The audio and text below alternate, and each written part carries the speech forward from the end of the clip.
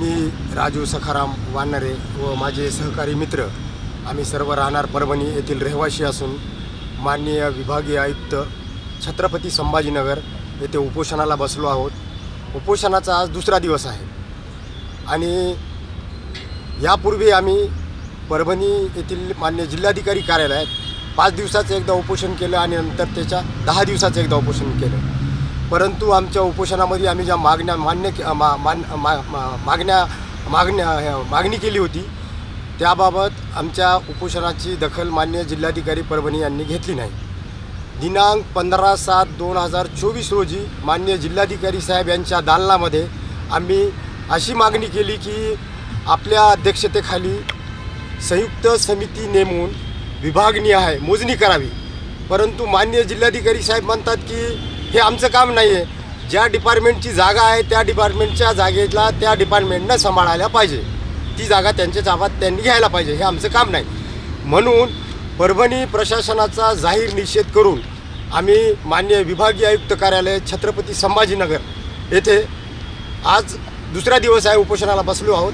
आणि माननीय विभागीय आयुक्त यांना आमची अशी मागणी आहे की त्यांनी संबंधित सर्वे नंबरमध्ये जे 68 सागवानाची झाडे आणि 5 आंब्याची झाडे तोडून बेकायदेशीर विकली त्यांच्यावर गुन्हा दाखल करा आणि जायकवाडीची जी जागा आहे जिथं नोटरी आधारे प्लॉटिंग विकल्या जात आहे त्यांच्यावर कारवाई करा।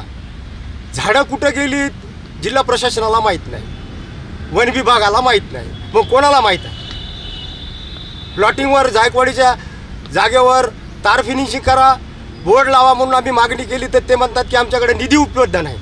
आम्ही सांगितलं त्यांना की आम्ही विविध सामाजिक संघटनेच्या माध्यमातून दानवीर व्यक्तीच्या माध्यमातून लोकवर्गणी जमा करून आम्ही निधी देतो, तिथे तार फिनिशिंग करा, बोर्ड लावा, पण त्याचासुद्धा आम्हाला कुठलाच प्रतिसाद जायकवाडीच्या कार्यकारी अभियंता मान्य श्रीमती मयुरा जोशी यांनी दिलेला नाही। ऋषिकेश चव्हाण वन संरक्षण अधिकारी हे म्हणतात की झाडं तोडलेत ते कार्यक्षेत्र आमच्या अधिकारात येत नाही, महानगरपालिका म्हणते आमच्या अधिकार क्षेत्रात येत नाही, मग कोणाच्या अधिकार क्षेत्रात येते हा एक मोठा प्रश्न निर्माण होत आहे। त्यामुळे हे उपोषण आणि इथं जर नाही मिळाला तर आम्ही आझाद मैदान मुंबई येथे येणाऱ्या 8-10 दिवसाच्या नंतर परत उपोषणाला बसणार आहोत। याची प्रशासनाने माननीय विभागीय आयुक्त कार्यालयाने नोंद घ्यावी। कल से आप उपोषण को बैठे हुए तो प्रशासन का कोई अधिकारी आपसे आके मिले? नाही, आत्तापर्यंत विभागीय आयुक्त कार्यालयातून संबंधित विभागाचे कोणीही अधिकारी कर्मचारी आम्हाला भेटायला आले नाही। आता तुमची अगर मागणी तरी पण अगर 10 दिवसानंतर बी अगर तुमची मागणी जर मान्य नाही झाली तर तुमचं पुढचं पाऊल काय असेल? आमची मागणी इथं जर आमच्या उपोषणाची दखल घेतल्या गेली नाही तर आम्ही यानंतर आमचं आंदोलन आमरण उपोषण आज़ाद मैदान मुंबई मंत्रालयासमोर करना रहा हूँ। मेरा नाम वाजिद खान है और मैं परभनी का रहवासी हूँ। हमारा झगड़ा प्रशासन से और वहाँ के भूमाफियों से।